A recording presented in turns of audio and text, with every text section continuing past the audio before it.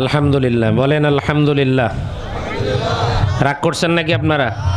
মন খারাপ করেছেন? অনেক ভালো ভালো কিছু কথা বলেছেন, তাই না? আলহামদুলিল্লাহ। উনি একটা কথা বলেছেন, বাস্তবে তিনি বিশ্বাসী।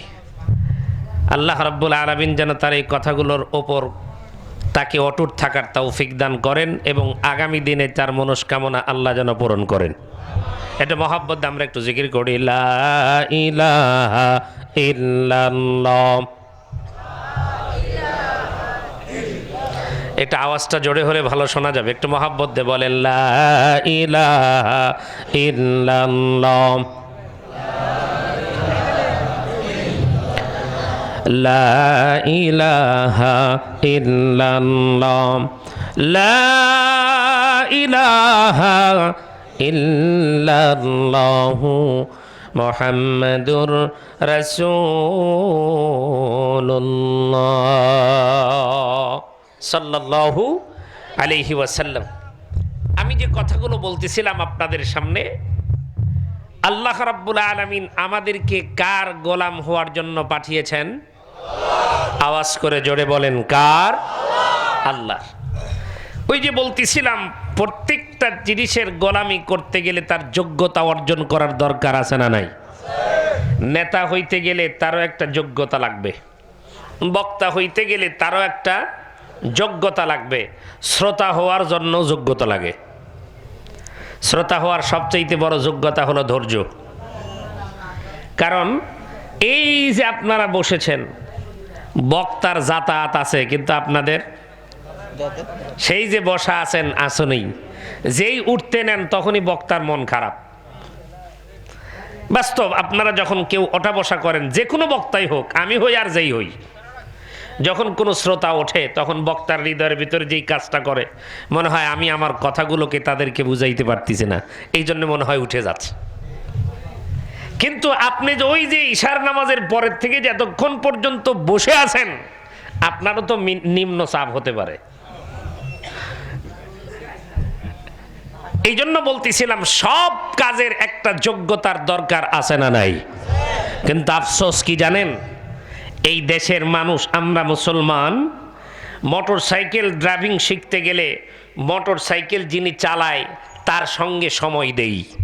প্রাইভেট কারের ড্রাইভিং শিখতে গেলে প্রাইভেট কারের ড্রাইভারের সাথে সময় দেই। ডাক্তারি শিখতে গেলে ডাক্তারের অ্যাসিস্ট্যান্ট হিসেবে সময় দেই।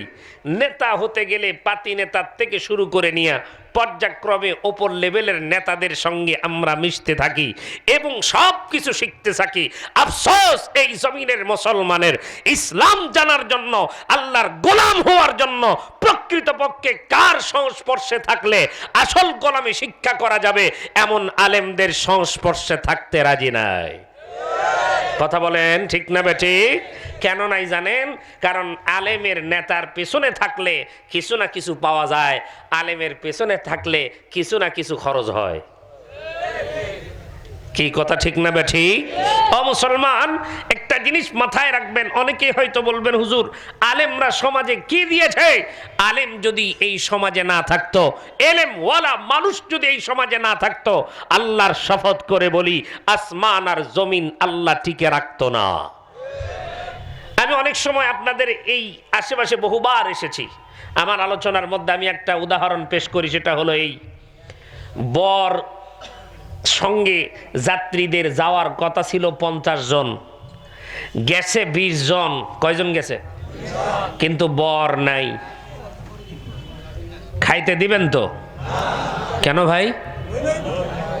ও একজন মুরব্বী করতে ঢুক পেরি দিব না।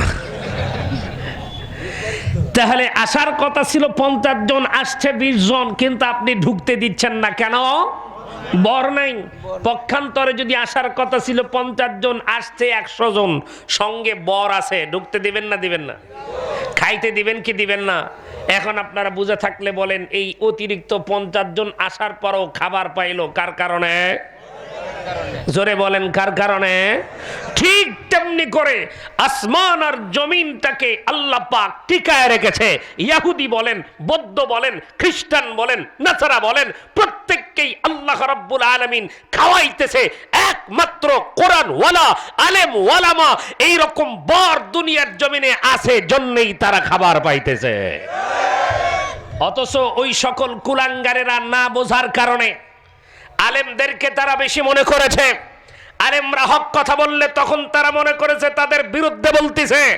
আলেমরা যখন হক কথা বলতো তখন তাদের কাছে আলেমদেরকে জঙ্গি মনে হয়েছে, আলেমদেরকে মৌলবাদী মনে হয়েছে, আলেমদেরকে সন্ত্রাসী মনে হয়েছে। যার কারণে ওই বাতিল গোষ্ঠী আলেমদের হাত করা পড়িয়েছে, মাজার ভিতরে রশি লাগাইছে। কিন্তু মনে রাখো, আলেম আছে, আলেম থাকবে, তোমরাই থাকতে পারো নাই। আওয়াজ করে বলেন ঠিক না বেঠে?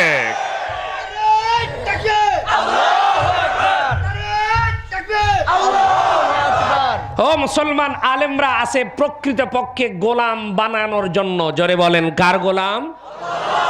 এই জন্য আল্লাহ বলেছেন ফাসআলু আহলা যিকরি ইন কুনতুম লা তা'লামুন। আলেমরা হক কথা বলে আপনাকে জাহান্নামে নেওয়ার জন্য না জান্নাতে নেওয়ার জন্য? আলেমরা খারাপ হয় কখন? যখন ঘুষের কথা কয়। আলেমরা খারাপ হয় তখন যখন সুদের কথা কয়। আমি আমার নিজের মসজিদে একদিন সুদের বয়ান করতেছিলাম। আসরের নামাজের সময় এক মুক্তাদি এসে কয়, হুজুর সুদের ওয়াজ করতেছিলেন তো ভালো, ওই লোকটার দিক খালি বারবার বলে তাকাইছেন, এই জন্য লোকটা বিচার দিছে। আচ্ছা, এই যে আমি ওয়াজ করতেছি, ওয়াজ করতে করতে অনেকের চেহারার দিক তাকাইতেছে।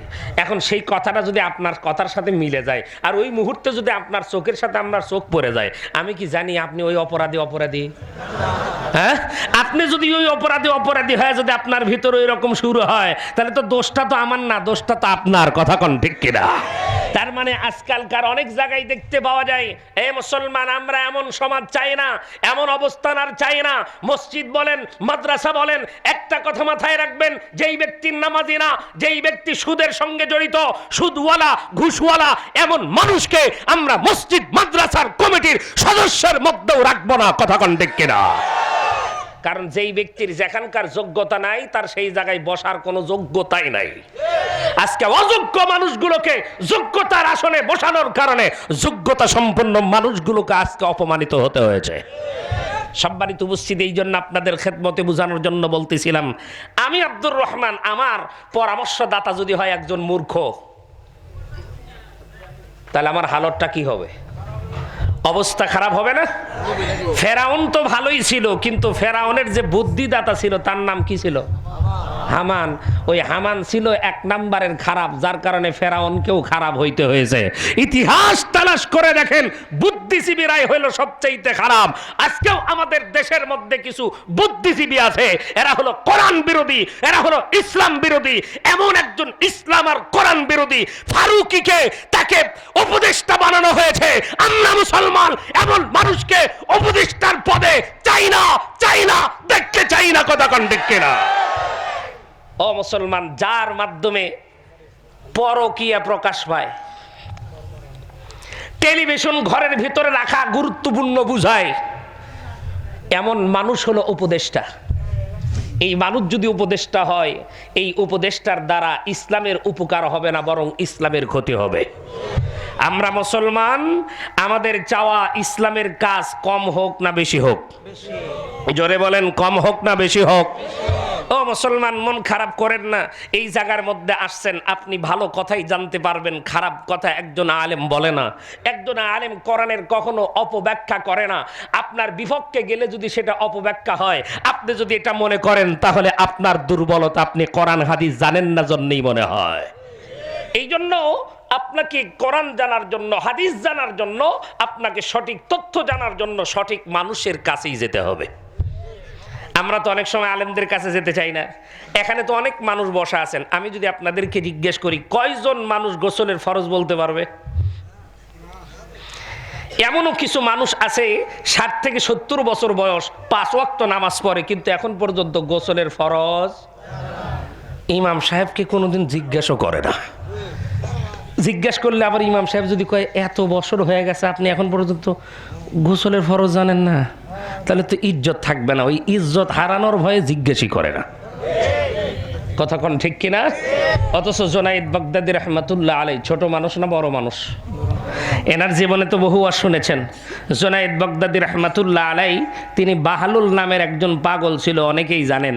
আসলে বাহালুল কিন্তু পাগল না, বাহালুল একজন মুহাক্কিক আলেম। তিনি একজন আলেম ছিলেন, কিন্তু এখন কথা হলো উনি পাগল কেন হইছেন বলবো? এটা খুব সংক্ষেপ একটা কথা আপনারা মনে রাখবেন। বাহলুলকে জিজ্ঞেস করা হয়েছে, হুজুর আপনি পাগল ভেসে আছেন কেন? কই দুনিয়ার জমিনে ফিতনার থেকে বাঁচার জন্য। কার থেকে বাঁচার জন্য? তাকে বলা হয়েছিল আপনি প্রধান বিচারপতি হবেন। আচ্ছা, আমার মতো আব্দুর রহমানকে যদি বর্তমান উপদেষ্টা যিনি আছেন ইউনুস সাহেব যদি ফোন দিয়ে কয়, আব্দুর রহমান মোল্লা সাহেব আপনি আমাদের দেশের বিচারপতি হবেন, আমি তো 3 পায়ের উপরে খাড়া। কি আমি তো একদম খাড়া হয়ে যাব। কই কি এত বড় একটা পথ, কিন্তু ওটা আমি চালাইতে পারবো কি পারবো না, ওই যোগ্যতা আমার আছে না নাই, ওর কোনো টেনশনই নাই। আমার ওই চেয়ার দরকার। কথা বলেন। কিন্তু এরকম একটা প্রস্তাব যখন বাহলুলকে দেওয়া হয়েছে, বাহলুল তখন বলতেছে, না আমি বিচারক হওয়ার যোগ্যতা আমার মধ্যে নেই।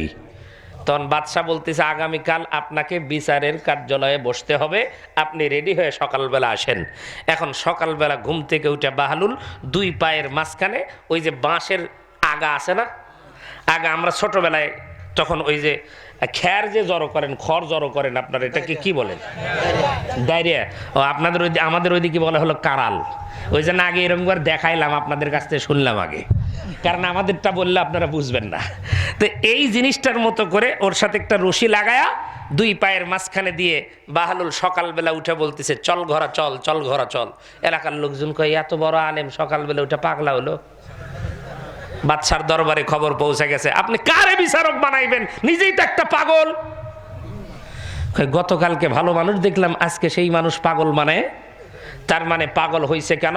জুনায়েদ বাগদাদী রাহমাতুল্লাহ আলাইহি জিজ্ঞেস করছে, হুজুর আপনার এই পাগল বেশ ধরার কারণ কি? বলে, পাগল বেশ ধরার কারণ হলো এই, আমি যদি বিচারক হতাম আর যদি আমাকে চুরির অপরাধের কোনো রায় আমার কাছে আসতো, আর আমি যদি কোরআন অনুযায়ী বিচার করতাম, তখন যেই ব্যক্তি চুরি করবে তার হাত কাদার অর্ডার দেওয়া হবে। আর সেই লোকটা যদি সরকারের দলের হয়, ওই লোকটা যদি বাচ্চার আপন কেউ হয়, আমাকে রায় লেখার আগে বাচ্চার চেহারার দিক তাকায় থাকা লাগবে। বাচ্চা যদি কয় যে হু, তাহলে আমার বলা লাগবে হো। বাচ্চা যদি কয় ওহো, তাহলে আমার পক্ষেও হবে ওহো।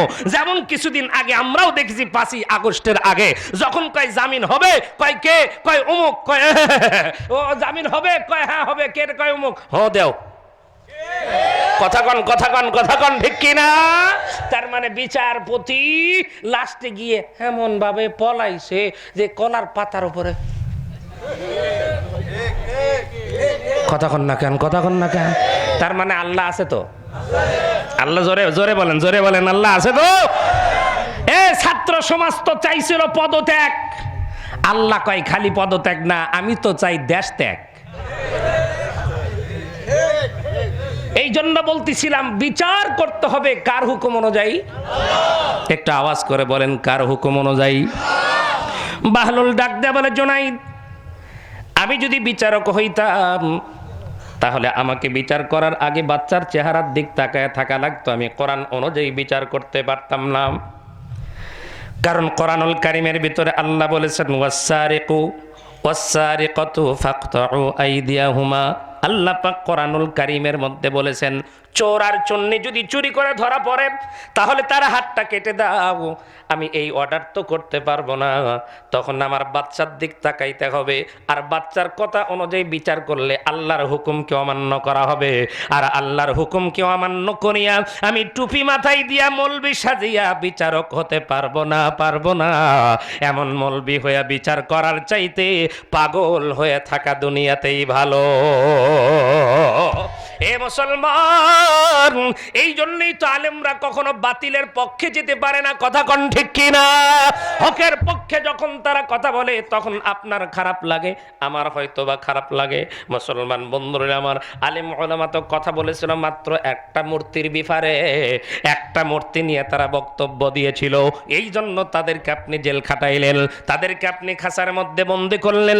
কিন্তু আফসোস, আল্লাহ রাব্বুল আলামিন এমন বিচার করলো ওই একটা মূর্তি না, একজন আলেমও লাগে নাই, সাধারণ মানুষগুলাই এমনকি প্রশাসনের লোকজন পর্যন্ত দেখলাম বুলডুজার দিয়ে সাইজ করছে। কথা কন ঠিক কিনা?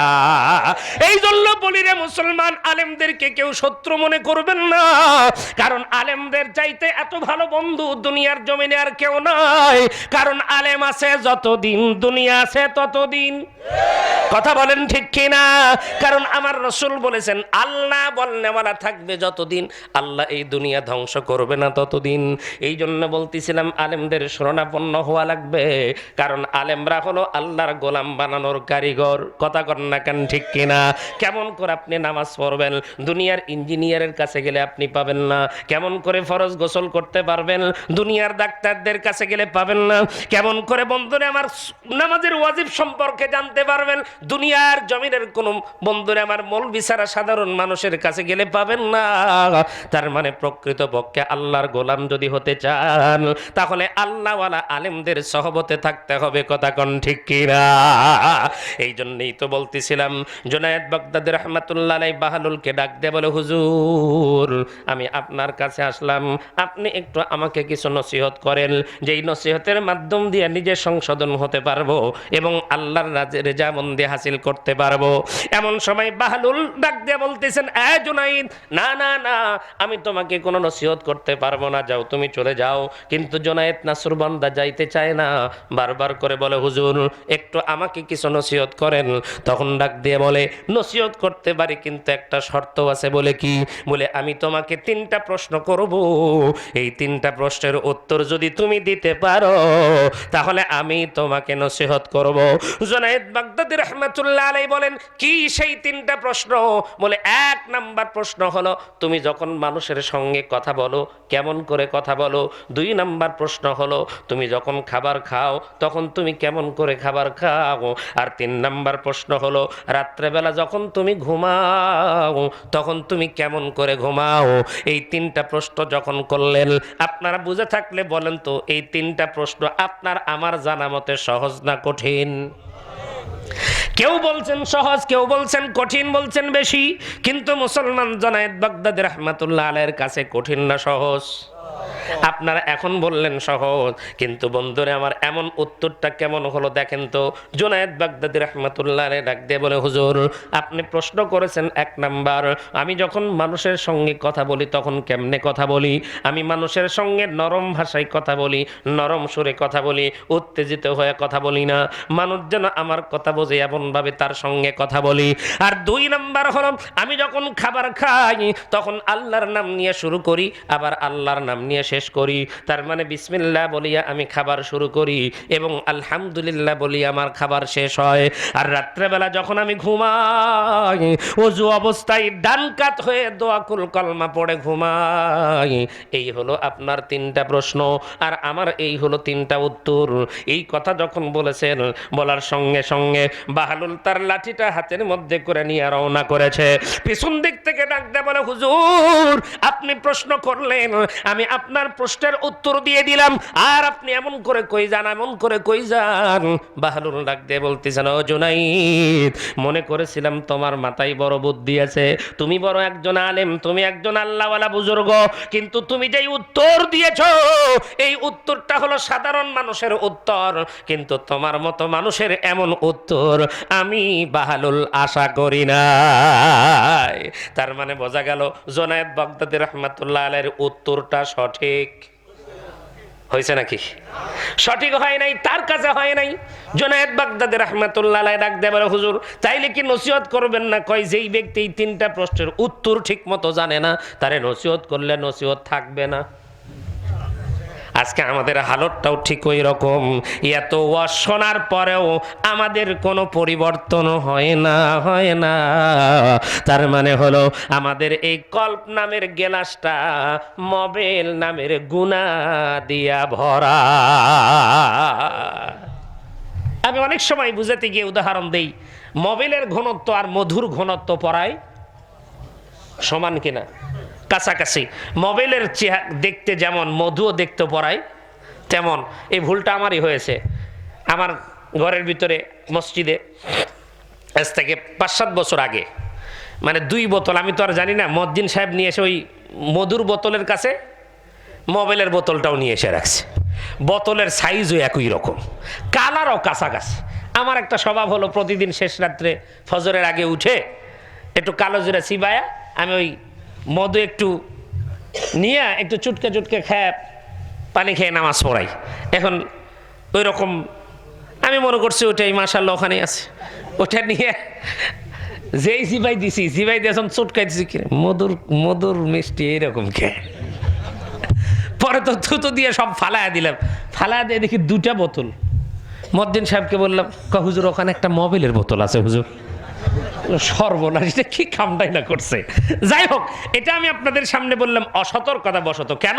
2টার সাইজ বা কালার কাছাকাছি হওয়ার কারণেই তো আমার ভুলটা হয়েছে। এখন আপনারা বলেন, মধুর দাম আর মোবাইলের দাম সমান? মোবাইলের গুরুত্ব আর মধুর গুরুত্ব কি একরকম না? এক একটার কাজ এক এক জায়গায়। মোবাইলের কাজ হলো ইঞ্জিনের ভিতরে, আর মধুর কাজ হলো মানুষের ইঞ্জিনকে পরিষ্কার করা। কথা কোন ঠিক কিনা? ও মুসলমান, আমি এই কথার এই কারণে বলতেছিলাম, ধরেন এই যে গ্লাস, এই গ্লাসটা একদম কানায় কানায় মোবাইল দিয়ে ভর্তি। এখন এর উপরে যদি আপনি একটু মধু ঢালতে চান, ঢুকবে? জি। তবে হ্যাঁ, পানি যদি থাকে, পানির মধ্যে যদি আপনি মধু ঢালতে থাকেন, ওপর থেকে পানি পড়ে যাবে, আস্তে আস্তে মধু নিচে জায়গা করে নেবে। এই জন্য এই পানির মতো যাদের কিছু সগীরা গুনাহ আছে, এই সগীরা গুনাহওয়ালা মানুষ যখন কোরআনের মজমার মধ্যে বসে, তখন কোরআন নামের মধুগুলো যখন ভেতরে ঢুকতে থাকে, তার সগীরা গুনাহগুলো আস্তে আস্তে ওখান থেকে ধুয়ে মুছে পরিষ্কার হয়ে যায়। কিন্তু মোবাইল নামের কবিরা গুনাহ, ছিলেকি গুনাহ দিয়ে যখন গ্লাস ভর্তি থাকে, তখন কোরআনের যতই ওয়াজ করে ভিতরে ঢুকান না কেন, ঢুকতে আর চায়। কথা কি বুঝাইতে পারছি? আবার দেখেন, এই যে পানি আছে না, একদম কানায় কানায় যদি পানিটাকে ভর্তি করে নিয়ে এরপরে যদি আপনি ফটা ফটা ফটা ফটা ফটা ফটা দিতে থাকেন, দেখবেন গ্লাস ভর্তি হওয়ার পরেও মাঝখানে একটু উঁচা হতে থাকবে, কিন্তু পানি পড়বে না। একটু ফটা ফটা দিতে দিতে এরপরে যখন ওই গ্লাসটা আপনি হাত দিয়ে যখনই নাড়া দিবেন, তখনই উপরে যতটুকু অতিরিক্ত পানি ছিল সব পড়ে যাবে। আমাদের ওয়াজের হালত কি জানেন?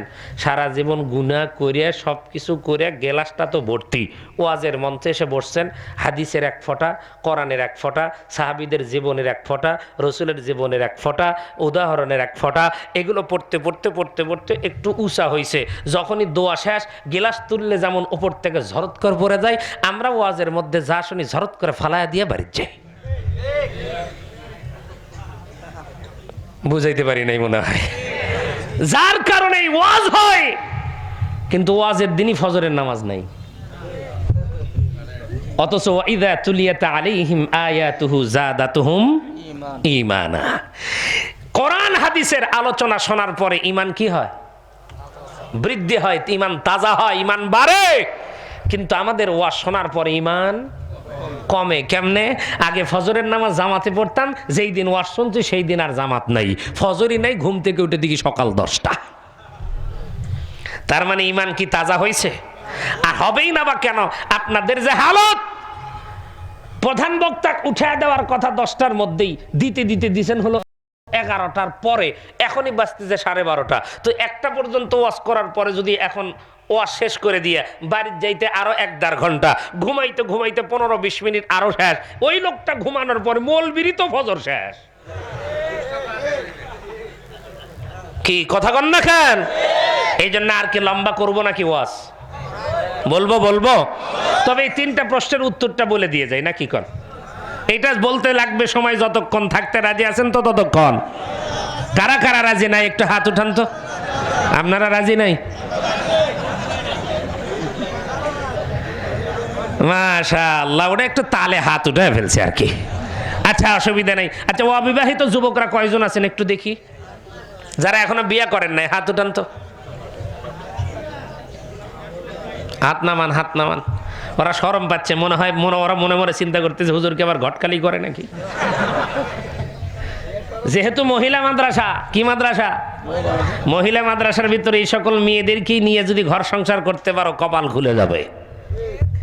আর মা বোনদেরকেও বলি, সামিয়ানার নিচে যেগুলো কাছে এগুলো বাছাই করো। ও বাইরে যারা ঘুরতেছে উল্লাখ যাক নিও না, কপাল তোমার পূর্বে। কথা কন না কেন, ঠিক কিনা? আমি তো বিবাহিত, আমার সঙ্গী কারা কারা আছেন একটু দেখি। মাশাআল্লাহ মাশাআল্লাহ মাশাআল্লাহ, হাত নামান হাত নামান, আমরাই ফাঁস। আচ্ছা, যারা বিয়ে করে নাই তারা একটু তাকবীর দেন, আর যারা বিয়ে করছেন তার একটু পরে দেই, যেহেতু ওরা বিয়ে করে নাই, ওদের রক্ত এখনো মশাও খায়নি ঠিক মতো। এটা যুবকরা একটু তাকবীর দাও তো দেখি কি রকম পারো। লিল্লাহি তাকবীর। এই এলোমেলো হয়েছে তো, একসঙ্গে হওয়া লাগবে, নেতার সময় যেরকম দেন। হ্যাঁ ও আছে সব। আচ্ছা, একটু আরেকবার যুবকরা একটু আরেকটা বার একটু তাকবীর দেন। নারে তাকবীর। দেখছেন হুজুর কম হলে কি হবে কিন্তু। আচ্ছা, আমরা যারা বুড়া হয়ে গেছি, বিয়ে শাদী করা মানে তো ওদের রক্ত সব খাইছে, ছল খাইছে, বউ খাইছে, খাওয়ার উপরেই আছে। আজকেও যে বাড়ির যায় যে আরামে ঘুম পারবেন, তাও বেন নসিব আছে কিনা আল্লাহ ভালো জানে। যাওয়ার সাথে সাথেই হয়তো বলবে, মনে থাকবে নি সকালবেলা করে কেজি লাগবে 2 কেজি চিনি। আপনার ওই কানের ভেতরে ঢুকাইছে, আর আপনার নজর গেছে ভেতর দিক থেকে, অন্তরের চোখ গেছে পকেটে। এখন বউ তো কয় 2 কেজি চিনি, পকেটের দিক তাকায় দেখে ½ কেজির দামই নাই। সারা রাত ওই চিনির চিন্তায় ঘুম শেষ, আর ও পাশে কিন্তু আল্লাহ আল্লাহ আল্লাহ। এই যে আমরা যারা বিয়ে করছি, আমরা একটু তাকবীর দিই দেখি আমাদের পাওয়ার আছে না নাই। রাজি আছেন তো? আচ্ছা দেখি বুড়া মানুষের কিরকম একটু পাওয়ার। নারে তাকবীর। ওরে বাবা, কয় হুজুর বয়স হয়েছে তাতে কি ট্রেনিং জমা দেয়নি? কথা কন ঠিক কিনা? এই যে উভয় পক্ষ যে তাকবীর দিলেন, এই তাকবীরে কে খুশি? এই আলাদা হলে চলবে? জোরে বলেন, আলাদা হলে চলবে? জোয়ান বৃদ্ধ যে যেই বয়সী থাকি না কেন, যেই যেই দলের অবস্থায় থাকি না কেন, আল্লাহর দিন, আল্লাহর কোরআন, আল্লাহর জমিনে বাস্তবায়ন করার জন্য কে ছোট, কে বড়, কে জামাতি, কে বিএনপি, কে জাতীয়বাদী, কে জাসদ, কে বাসদ, আমরা কিচ্ছু দেখব না। আমরা সবাই এক হয়ে আল্লাহর কোরআনকে, আল্লাহর দিনকে, আল্লাহর ইসলামকে আল্লাহর জমিনে প্রতিষ্ঠিত করতে চাই। কারা কারা দুহাত তুলে আমার আল্লাহরে দেখায় দেয়। নারে তাকবীর, লিল্লাহি তাকবীর, আলহামদুলিল্লাহ। হাত নামান। মুসলমান বন্ধুরা আমার, জুনায়েদ বাগদাদী রাহমাতুল্লাহ আলাইহি তখন ডাক দিয়ে বলে, হুজুর আপনি 3টা প্রশ্ন বলতে বলেছিলেন, আমি উত্তর দিলাম, আপনি বলেন উত্তরটা হয়নি, তাহলে আমাকে কি একটু নসিহত করা যাবে না? বলে, তোমারে নসিহত করব কেমনে? যেই ব্যক্তি 3টা প্রশ্নের উত্তর দিবার পারে নাই, ওই ব্যক্তি আমার নসিহতটা ধরে রাখার মতো ক্ষমতা নাই। এবার ডাক দিয়ে কয়, হুজুর নসিহত না হয় না করলেন, কিন্তু এই 3টা প্রশ্নের উত্তরটা তো অন্তত পক্ষে দিয়ে যান। তখন বাহলুল ডাক দিয়ে বলে, শোনো, তোমাকে 1 নাম্বার প্রশ্ন করেছিলাম, মানুষের সঙ্গে যখন তুমি কথা বলবে তখন তুমি কেমন করে বলবে? ওয়া ইবাদুর রহমানিল্লাযীনা ইয়ামশুনা আলাল আরদি হাওনা ওয়া ইযা খাতাবাহুমুল জাহিলুনা ক্বালু সালামা। তোমার উত্তরটা ছিল এইটা, কিন্তু আমি তো এই উত্তরে সন্তুষ্ট না, বরং আমি তোমার কাছ থেকে এই উত্তরটার আশা করেছিলাম, ইয়া আইয়ুহাল্লাযীনা আমানু তাকুল্লাহা ওয়া কুলু কওলান সাদীদা।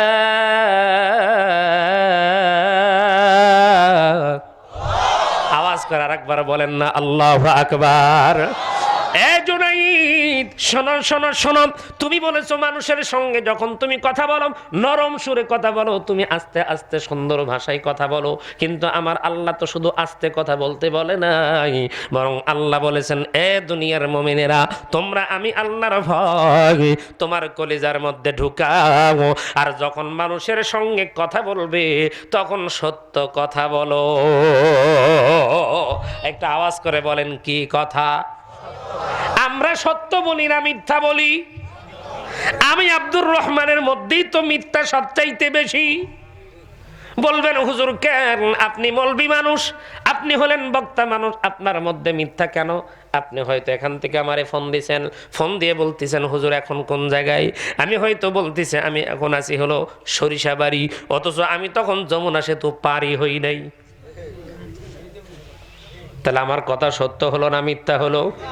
পক্ষান্তর এটা হলো পাবিয়াজুরি বাজার, এই বাজারের মধ্যে একটা দোকানদারের কাছে গিয়ে আপনি বলতেছেন, ভাই আলু কত করে কেজি? বলে 60 টাকা কেজি। কয় বলেন কি? ওই পাশের দোকানদার না 55 টাকা বললো, অথচ ওই দোকানদারের কাছে আমি যাই নাই।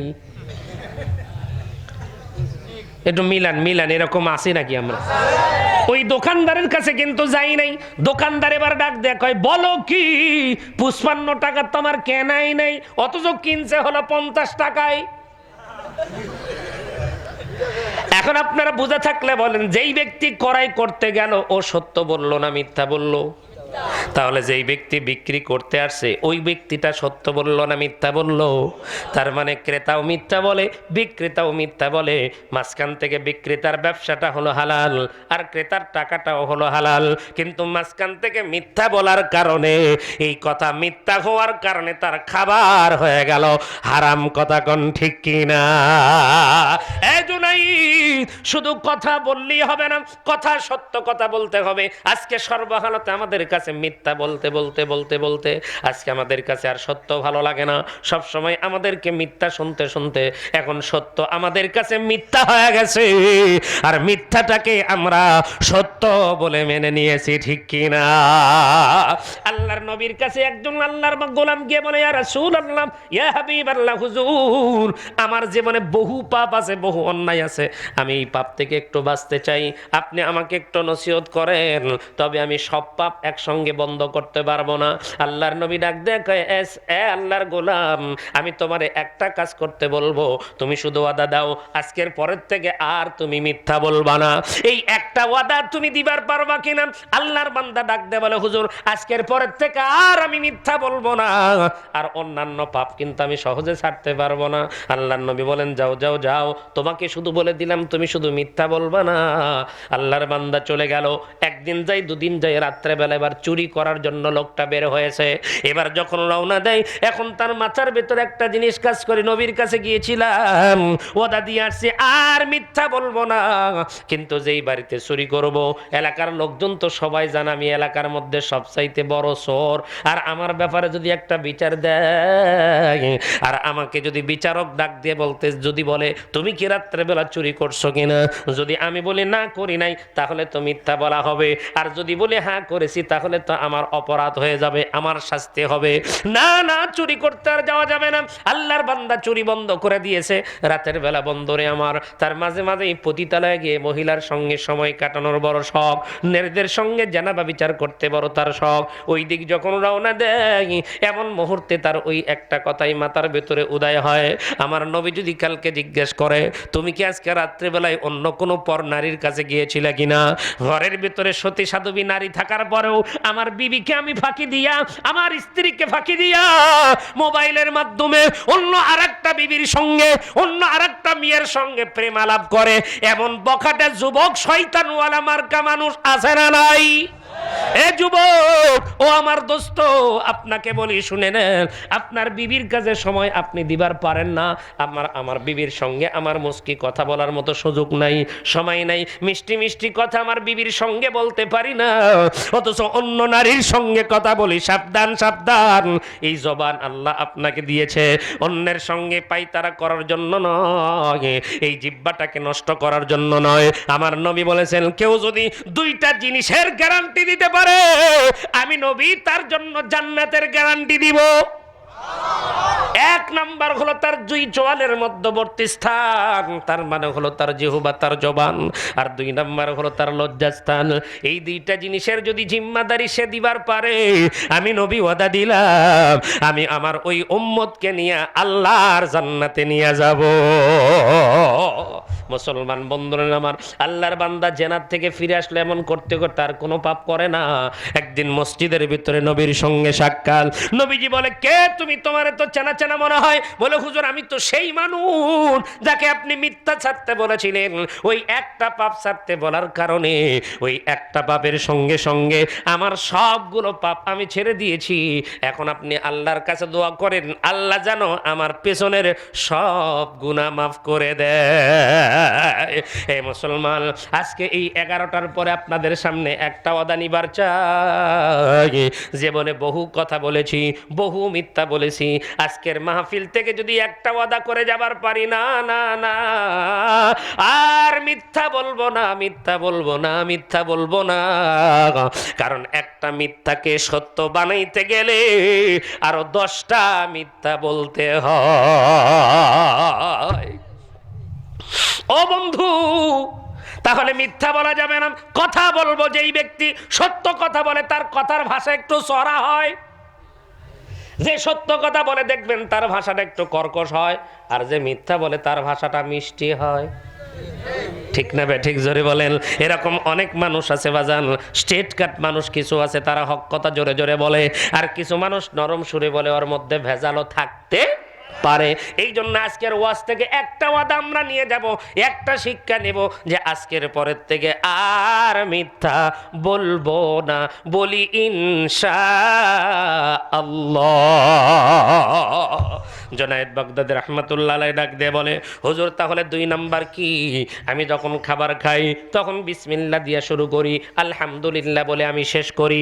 তাহলে এইটা কি আমার উত্তর ঠিক হয় নাই? ডাক দিয়ে বলা হলো, না না না, তুমি যেই খাবারটা খাইতেছো এই খাবারের মধ্যে সুদের টাকা আছে কিনা, ঘুষের টাকা আছে কিনা তাহকিক করে না খাইলে সুদের টাকার খাবার ডবল বিসমিল্লাহ বলে খাইলেও লাভ হবে না। এখন আপনারা বলেন তো দেখে, সুদ আমাদের সমাজে আছে না নাই? জোরে বলেন। যারা কথা কয় না মনে হয় ওর মধ্যেই ঢুকে আছে। বলেন তো দেখি, সমাজের মধ্যে সুদ আছে না নাই? ঘুষ আছে না নাই? এখন এই সুদ বন্ধ করতে হলে আমার মতো হুজুরের ওয়াজ দিয়ে বন্ধ হবি? সাইদি সাহেব ওয়াজ করছে, বন্ধ হয় নাই। যুক্তিবাদী ওয়াজ করছে, বন্ধ হয় নাই। আমাদের সিরাজগঞ্জের কাদের সিদ্দিকী ওয়াজ করে করে মারা গেছে, বন্ধ হয় নাই। কাউসারি সাহেব মারা গেছে, ওয়াজ করে বন্ধ হয় নাই। জাকারিয়া ওয়াজ করছে, বন্ধ হয় নাই। আব্দুল্লাহ আল আমিন ওয়াজ করতেছে, বন্ধ হয় নাই। আমির হামজা ওয়াজ করতেছে, বন্ধ হয় নাই। মামুনুল হক সাহেব ওয়াজ করতেছে, বন্ধ হয় নাই। বাবুনগরী হুজুর দুনিয়ার জমিন থেকে চলে গেছে, বন্ধ হয় নাই। শফি রহমাতুল্লাহ আলাইহি হুজুর চলে গেছেন, এখন পর্যন্ত সুদ ভিত্তিক অর্থ ব্যবস্থা বন্ধ হয় নাই। তার মানে বোঝা গেল মুসলমান, শুধু ওয়াজ দিয়ে এগুলো বন্ধ করা যাবে না। এগুলো বন্ধ করতে হলে সংসদে কোরআনওয়ালাদেরকে পাঠাইতে হবে। জোরে বলেন, জোরে বলেন, ঠিক কি না? এ মুসলমান, যত মুসারু বলেন মদারু বলেন, এদেরকে যতই পাঠান সুদ বন্ধ হবে, ঘুষ বন্ধ হবে। কারণ কি জানেননি? ওই যে চোরের হাত কাটা লাগবে, চোরের হাত কাটা লাগবে, এই চোরের হাত কাটার মধ্যে সবচাইতে হাত কাটবে তো তাদের যারা হলো স্বভাবের চোর। জোরে বলেন, কি চোর? স্বভাবের চোর বোঝেন? একটা হলো অভাবী চোর, আর একটা হলো স্বভাবের চোর। অভাবের চোর কামাই হয় তার 10,000, খরচ হয় 15,000, 5,000 টাকা তার ঘাটতি পাবে কই? এটা মিটানোর জন্য অনেক কষ্ট করেও যখন পারে না, লাস্টে এদিক সেদিক করে ইনকাম করার চেষ্টা করে। এটা হলো অভাবের চোর। আর একটা হলো স্বভাবের চোর। বলে হুজুর স্বভাবের চোর কি? তাহলে 2-3 সেকেন্ডের একটা গল্প বলি। আমার এক দাদি মাথার মধ্যে করে চাল নিয়ে যায়। দাদিরে জিজ্ঞেস করি, কই গিয়েছিলা? কই ইউনিয়ন পরিষদে গেছিলাম বাবা। বললাম কেন? কই চেয়ারম্যান সাহেব চাল দিল। বললাম কয় কেজি? কয় বুঝলাম না দাদারে, আমার কাঠের মধ্যে লেখা আছে 10 কেজি, কিন্তু মাইপে দিল কেমন জানো 8 কেজি। দিল কত? লেখা আছে কত? চুরি করছে কত? এখন আওয়াজ করে বলেন, এই যে চুরি যারা করলো এরা অভাবের চোর না স্বভাবের চোর? হ্যাঁ, আমি বললাম এ দাদি এটাই কি সত্য? বলে হ্যাঁ। আমি তখন চিন্তা করলাম, আহারে এই জন্যই তো আল্লাহ বলছেন হাত কাটে দাও।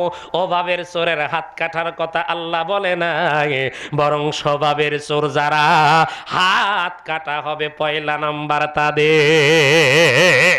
এই জন্যই তো মুসলমান আজকে নেতা বলেন, খেতা বলেন, বড় বড় যারা আছে তাদের টেবিলের নিচে টাকা পাওয়া যায়, খাটের নিচে টাকা পাওয়া যায়, টয়লেটের মধ্যে টাকা পাওয়া যায়। এগুলো সব হলো সাধারণ জনগণের মারা খাওয়া টাকা, কথা কোন ঠিক কিনা? এই বড় বড় স্বভাবের চোরওয়ালাদের যদি হাত কাটা হইতো তাহলে কোনোদিন সমাজের ভিতরে আর চুরি থাকতো না। আর এই চুরি করে খাবার যেটা খাবেন এটা হালাল না হারাম? আরো জোরে বলেন, হালাল না হারাম? আর এই খাবার খায় নামাজ পড়বেন, নামাজ হবে না, রোজা করবেন, রোজা হবে না, হজ করবেন, হজ হবে না, যাকাত দেবেন, যাকাত হবে না। এমনও কিছু হাজী সাহেব তো আছে হজ করতে যায়, বেটার নামে সম্পত্তি দেয় আর বিটির কাছ থেকে মাফ নেয়। মাফ নেই, মাফ কয় মারে তোমারে বিয়ে দেওয়ার সময় 2 লাখ টাকা খরচ হয়েছে মা, বেটারা আমার কি করে খাবি, এই জন্য একটু বেটা করক দিলাম, তোমরা কিছু মনে করো না। আমিও ডাক দেখা আব্বা ঠিক আছে আপনি যা ভালো মনে করেন।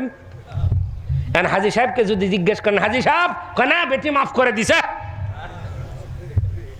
বেটি বলে মাফ করে দিছে। এই মাফ নেওয়ার অবস্থা কেমন জানেন? আশরাফ আলী থানভী রহমাতুল্লাহ আলাইহি এই জন্য লিখছেন যে এক সন্তান তার ছেলে মেয়ে মানে মাক মারছে, মাইরা পরে যা মনে হয়েছে মাক মারা মনে হয় ঠিক হলো না, হুজুরকে যায় বলে হুজুর আমি তো মায়ের মারছি, আমি কি জান্নাত পাবো না? হুজুর ডাক দিয়ে কয় কোশ্চিন কালেও সম্ভব না, যদি তোমার মায়ের কাছ থেকে মাফ না নিতে পারো। কয় মাফ নিলে জান্নাত পাবো তো? কয় হ্যাঁ। কয় তাইলে এটা কোনো ব্যাপার হলো? মায়ের কাছ থেকে মাফ নেওয়া একটা ব্যাপার, যায় ডাক দিয়েছে মা কি মাফ করে দাও। কয় না তোরে মাফ করবো না, তুই আমারে মারছিস। কয় মা আর মারবো না, মাফ করে দাও। কয় না তোরে মাফ করবো না, যা। তৃতীয়বার আবার করছে মা মাফ করে দাও। কয় না মাফ করবো না। কয় তাই? কয় হ। ওই দিক তাকায় দেখে দরজা লাঠি পরে আছে, ওই লাঠিটা নিয়ে মায়ের মাথার উপর এমন করে ধরে ক বল মাফ করবো কিনা বল। মা কয় হ বাবা যা তোরে মাফ করে দিছি। লাঠি ফেলে দিয়ে হাসতে হাসতে হুজুরের কাছে যায়, হুজুর আর টেনশন নাই। কেন? কয় মাফ নিছি, জান্নাত ঠেকাই কেনা। এখন আপনারা বুঝে থাকলে বলেন এটা কি মাফ হয়েছে?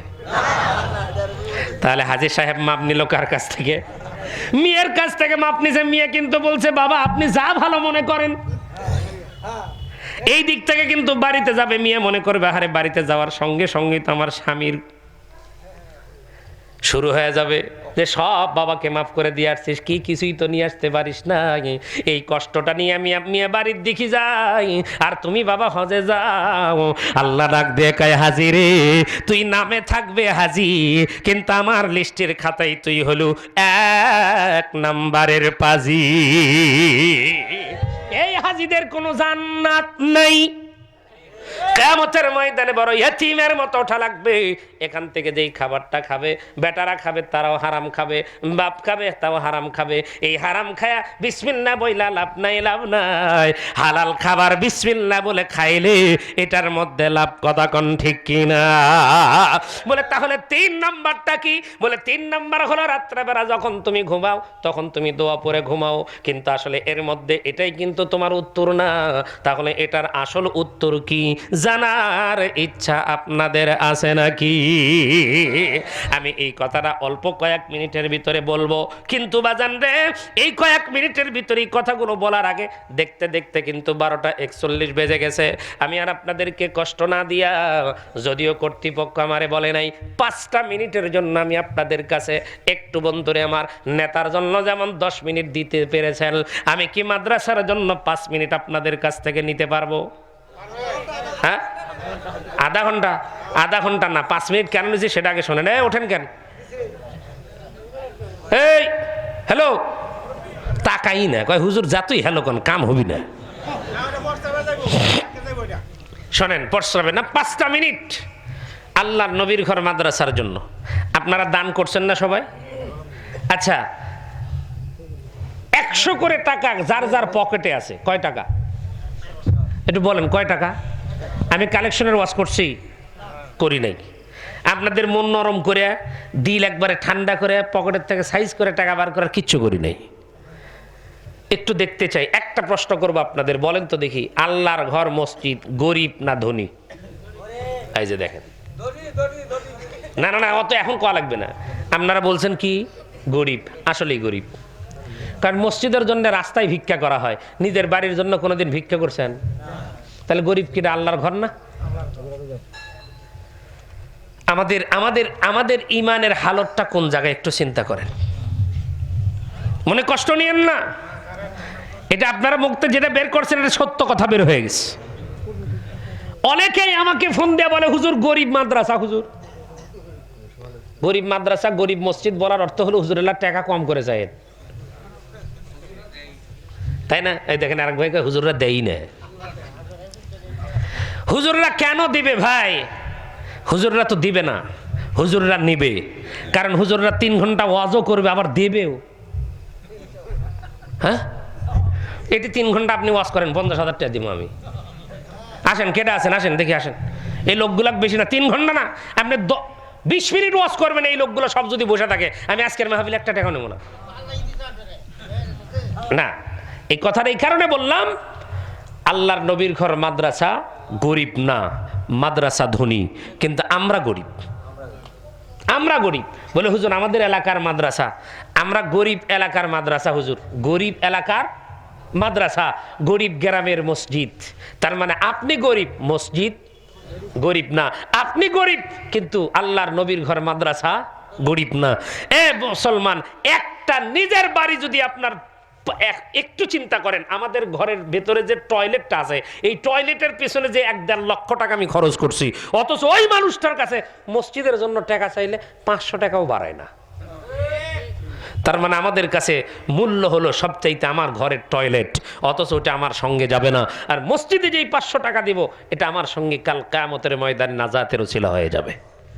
আমি আল্লাহকে সাক্ষী রেখে আপনাদের কাছে আহ্বান রাখবো, 100 টাকার নোট যদি কারো পকেটে থাকে, অথবা 500 টাকার নোট আছে, 1000 টাকার নোট আছে, ওখান থেকে ভাঙ্গা হলেও আজকে নবীর ঘর মাদ্রাসার জন্য মাত্র 100 করে টাকা আপনাদের কাছে আহ্বান রাখলাম। জীবনে বহু টাকা খরচ করেছেন, বহু নষ্ট করেছেন, বহু কিছু করেছেন, 100 টাকা নাই পকেটে, আর এক ভাইয়ের কাছ থেকে খরচ করে তো অনেক সময় চলেন। আজকের জন্য 100 না, উঠে আসা লাগবে না, ওখানে থাকেন, ওখানে থাকেন।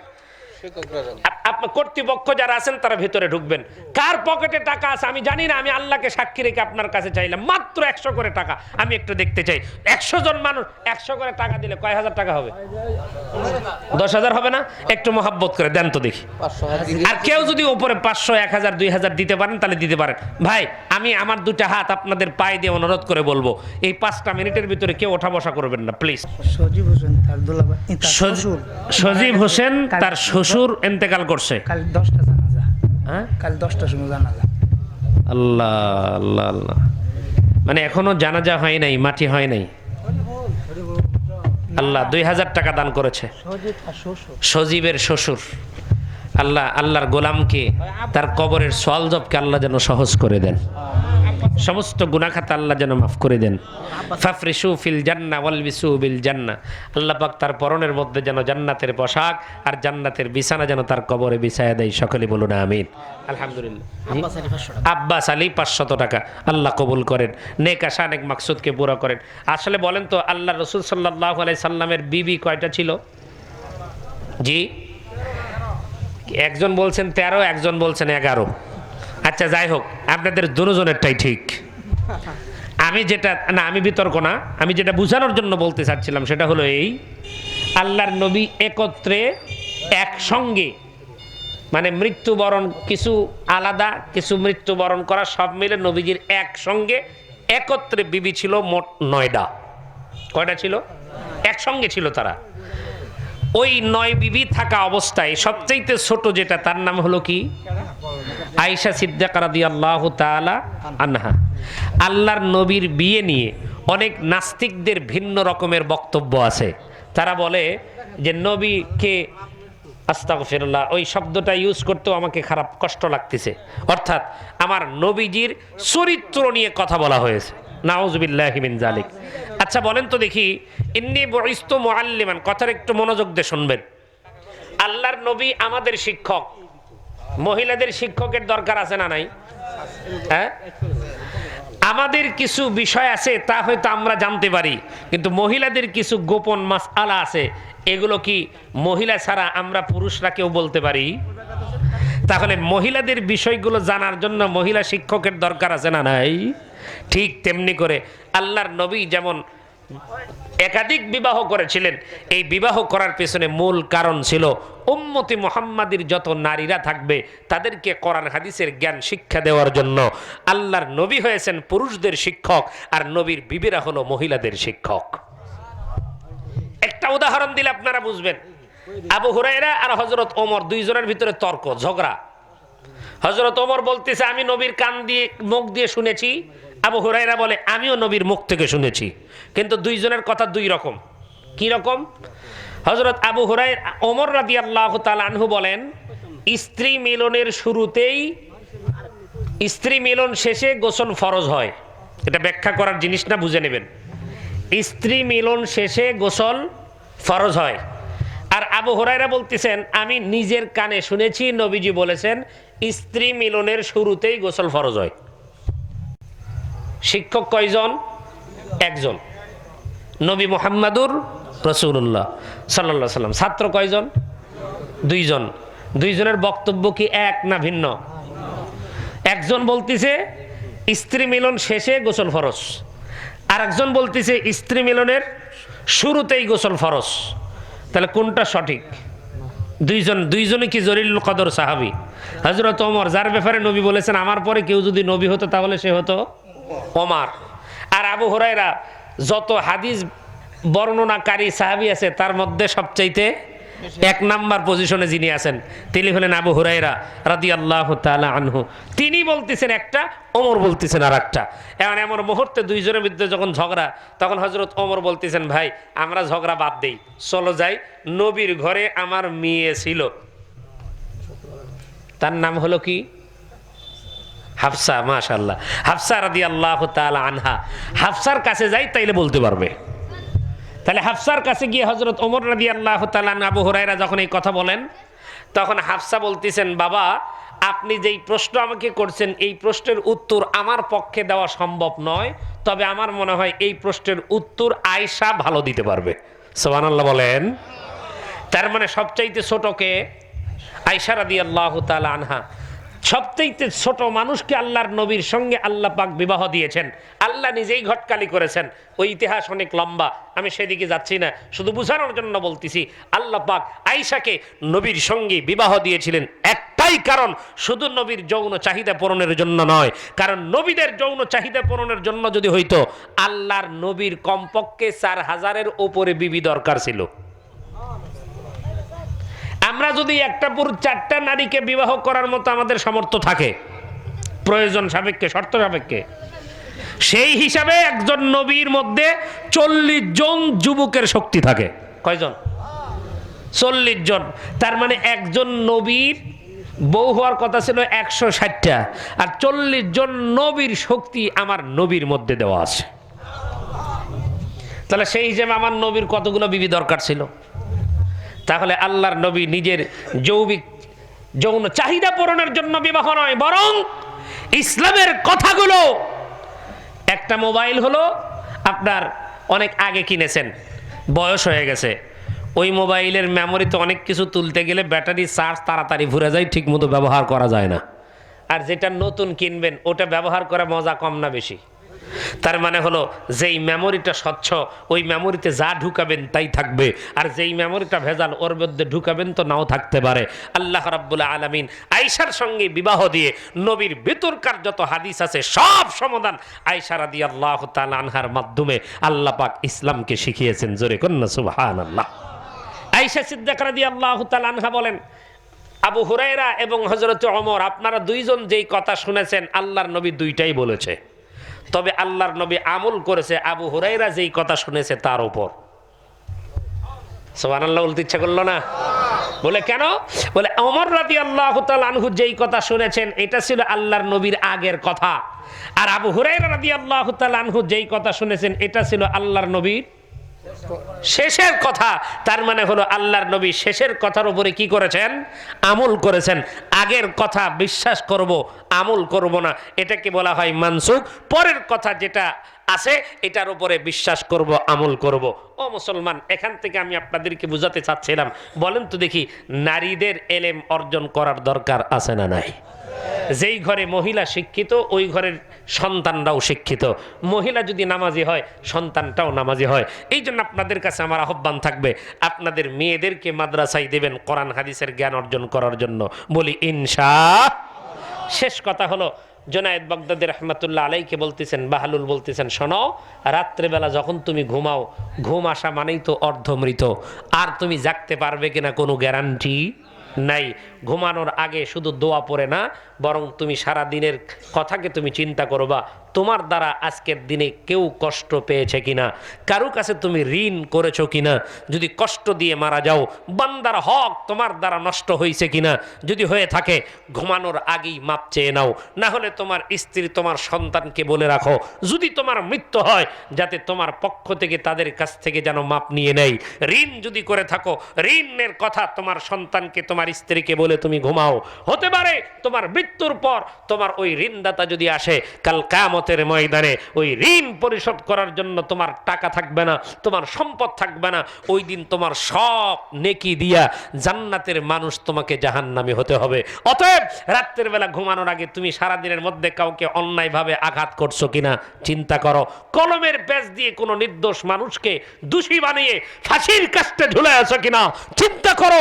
মারা যাও, তারপরে কিয়ামতের ময়দানে আল্লাহর নবী বলেছেন এমন হালত হবে কিছু মানুষ এতিম হয়ে উঠবে, হজ থাকবে, জাকাত থাকবে, দান থাকবে, সাদাকা থাকবে, 5 ওয়াক্ত নামাজ থাকবে, রোজা থাকবে, সব থাকবে, এরপরেও জাহান্নামী। সাহাবীরা বলে ইয়া রাসূলুল্লাহ, এত ইবাদত করার পরেও কেন জাহান্নামী হবে? বলে লোকটাকে যখন আল্লাহ পাক জান্নাতের পারমিশন দেবে তখন পেছন দিক থেকে ডাক দিয়ে বলবে, আল্লাহ ওই লোকটা আমারে থাপ্পড় দিয়েছিল, নেতা ছিল, কিচ্ছু বলতে পারি নাই, আজকে তোমার কাছে বিচার দিছি, এই প্রতিশোধ না গ্রহণ করা পর্যন্ত আমি তাকে জান্নাতে যেতে দেব না।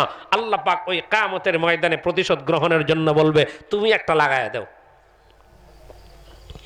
যেইভাবে লাগাইছো ওইভাবে লাগাও। কারো যদি ঋণ করে থাকেন, আজকের অবস্থা তো এরকম, পাবিয়াজুরি বাজারে তো বহু দোকান আছে, এক দোকান থেকে বাকি খাইতে খাইতে 5,000 হয়েছে, ওই দোকানে আর খান না, আর এক দোকান শুরু করছেন। এরকম অবস্থা আমাদের মধ্যে নাই তো? আবার ওই দোকানে যখন বেশি হয়েছে তখন ওটা বাদ আর এক দোকানে, আর ওই বাকিওয়ালা যদি এসে যদি কয়, ভাই আর তো আপনার কাছে কিছু টাকা চাচ্ছিলাম, রাস্তাঘাটে যেখানে মানে সেখানে টাকা চান, আমি কি মরে গেছি? মানে ওরই ধমকি আলাদা, মানে আপনি বাকি দিয়ে আপনি বেকায়দায় আছেন। হাইরে মানুষের স্বভাব। আল্লাহর রাসূল কি করেছেন জানেন? যেই ব্যক্তি ঋণ করে মারা গেছে আল্লাহর নবী তার জানাজাই পড়ে নাই, আল্লাহর নবী জানাজা পড়ে নাই। আর আপনি আমি কি মনে করি, ঋণ পরিশোধ করার কোনো চিন্তাই নাই। আল্লাহর নবী বলেন, তখন ওই ব্যক্তি বলবে আমি ওই লোকটার কাছ থেকে সদাই দিছিলাম কিন্তু আমারে টাকা দেয়নি। আল্লাহ বলবে ওরা টাকা দে। বললে আল্লাহ টাকা কই পাবো, টাকা তো নাই। কয় তাহলে নেকি দে, নামাজের নেকি দিয়ে দে। নামাজ গেল, ও নিয়ে চলে গেল। আর একজন এসে বলতেছে আমার জমির আল ঠেলে ঠেলে সব নিজের মধ্যে নিয়ে নিছে, অনেকগুলো ধান ওর নিয়ে নিছে। আল্লাহ দুনিয়ায় কিছু বলতে পারেন না, পাওয়ার ছিল বেশি, এই জন্য আজকে তোমার কাছে দিলাম। কয় ধান হিসাব করে যা আছে সব দে। এখন বান্দা বলবো আল্লাহ দিব করতে হবে, তাহলে তোর হজ আছে যা, হজের সবটা দিয়ে দে। এরম করে দিতে দিতে সব দিয়া লাস্টে এসে পাওনাদার থাকবেই। তখন বলবো আল্লাহ আমার তার নেকি নাই। বলে তাহলে ওর যে গুনাহগুলো আছে এগুলো এখন তোর ঘাড়ের উপর নেই। তার মানে ওর গুনাও ঘাড়ের উপর নিয়ে লাস্টে জান্নাতি মানুষের জাহান্নামে যেতে হবে। সম্মানিত হাজিরিন, কথা বলেছি 3টা। কয়টা কথা? 1 নাম্বার, কথা যখন বলবো, বলেন জোরে বলেন, কি বলবো? সত্য বলবো। খাবার যখন খাবো হালাল খাবো। রাত্রি যখন ঘুমাবো তখন অন্যর দ্বারা আমি কোনো ঋণ বা অপরাধ করছি কিনা চিন্তা করে তারপরে ঘুমাবো। এই 3টা কথা যদি আমার দিলে আমি যদি বাস্তবায়ন করে এই জমিন থেকে যেতে পারি, আশা করা যায় আমার দ্বারা পাপ হতে পারে না, আমার দ্বারা গুনাহ হতে পারে না। ইনশাআল্লাহ কাল কিয়ামতের ময়দানে নাজাত হয়ে জান্নাত হবে। বলি এ আল্লাহ যেন কবুল করেন, বলেন আমিন।